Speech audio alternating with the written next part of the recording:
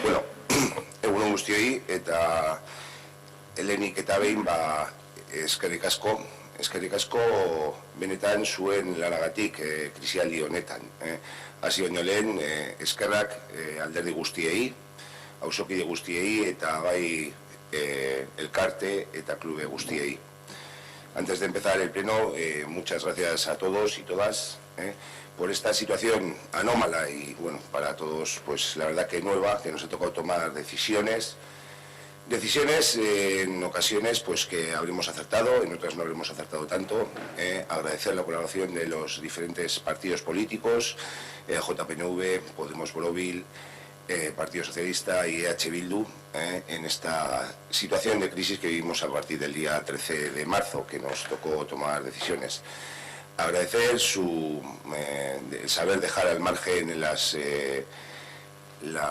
diferencias políticas y ponernos a sumar para intentar ayudar en todo lo posible a nuestro municipio. Eskerrik asko benetan, eskerrik asko también a todos los trabajadoras municipales, así como el grupo de protección civil, asociaciones que han realizado diferentes actuaciones en favor de vecinos y vecinas, clubes y vecinos y vecinas. Muchísimas gracias a todos, de verdad, en esta colaboración. Entiendo que volvemos a una normalidad adaptada, a una situación en la que también nos va a tocar tomar decisiones en las cuales intentaremos prevalecer ante todo la seguridad y ser cautos a la hora de la vuelta a esa normalidad. En ocasiones pues igual se va más lento que lo que nos va o lo que los medios de comunicación nos pueden dar, pero desde luego que no vamos a correr ningún tipo de riesgo a la hora de volver a esa normalidad. Entonces, bueno, por mi parte nada más, eskerrik asko y nada más, y espero que todos continuéis igual de bien como hasta ahora.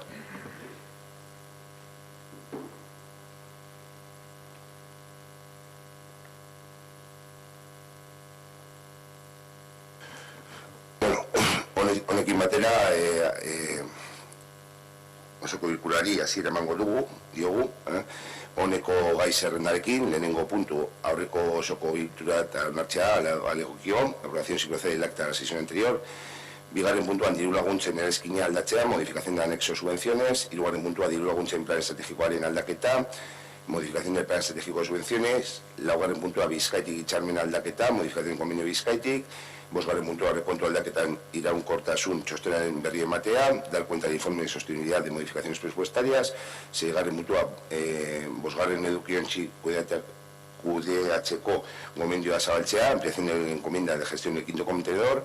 Zazpigarren puntuan EAJ eta PS mozioa alderdi politikoen etxeetan eta egoitzeetan izandako erasoi buruz, modificación de EAJ y PS sobre los ataques sufridos en domicilios y sedes de partidos políticos. Zortzigarren puntua EH Bildu mozioa ekainaren 28an ospatuko den LGTBI eguna dela eta, moción de EH Bildu con motivo de la celebración del Día LGTBI para celebrar el 28 de junio.